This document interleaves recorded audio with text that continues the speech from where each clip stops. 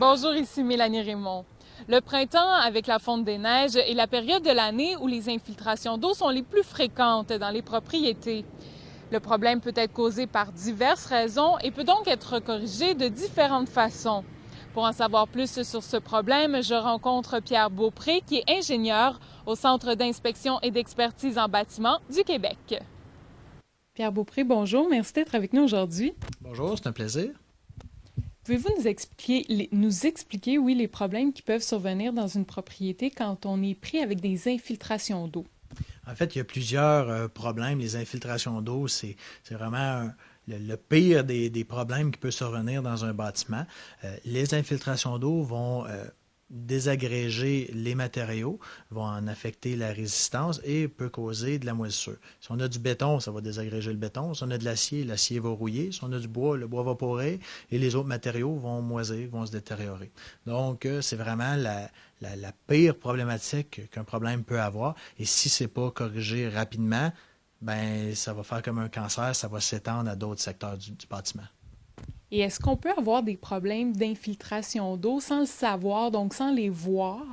Oui, effectivement, des fois, on va être appelé sur les lieux, on va voir qu'une fenêtre est problématique, qu'il y a de l'eau qui s'infiltre par une fenêtre, et là, avec des appareils de détection d'humidité que les experts ont en main, on a des caméras, des imageries thermiques, infrarouges, qui nous permettent de voir un petit peu à travers les murs. On est capable de vérifier aussi si les autres secteurs du bâtiment, similaires à lui, qui est sujet à une infiltration d'eau, sont étanches. Ces observations-là sont très importantes parce qu'ils vont nous permettre ensuite d'avoir la source exacte des infiltrations d'eau qui vont nous permettre de proposer les travaux correctifs appropriés.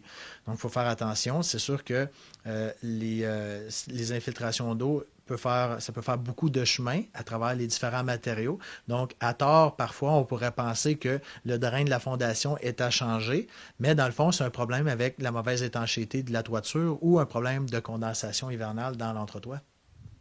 Et une fois qu'on sait qu'on a des problèmes d'infiltration d'eau, qu'est-ce qu'on peut faire pour corriger la situation? Tout d'abord, si c'est possible de déterminer avec précision l'emplacement où les infiltrations d'eau se produisent, parfois ça peut être simple. On peut juste vérifier à refaire les joints de calfeutrage ou mettre une bâche, une toile pour empêcher que les infiltrations d'eau se produisent jusqu'à temps que les travaux correctifs appropriés soient mis en œuvre.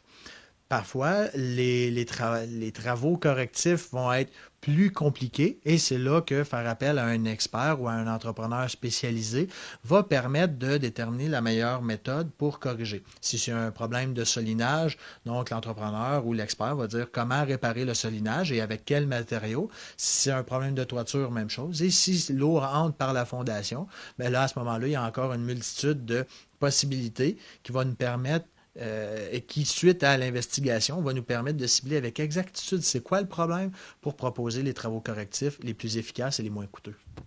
Pierre Beaupré, merci beaucoup pour toute cette information. C'est un plaisir.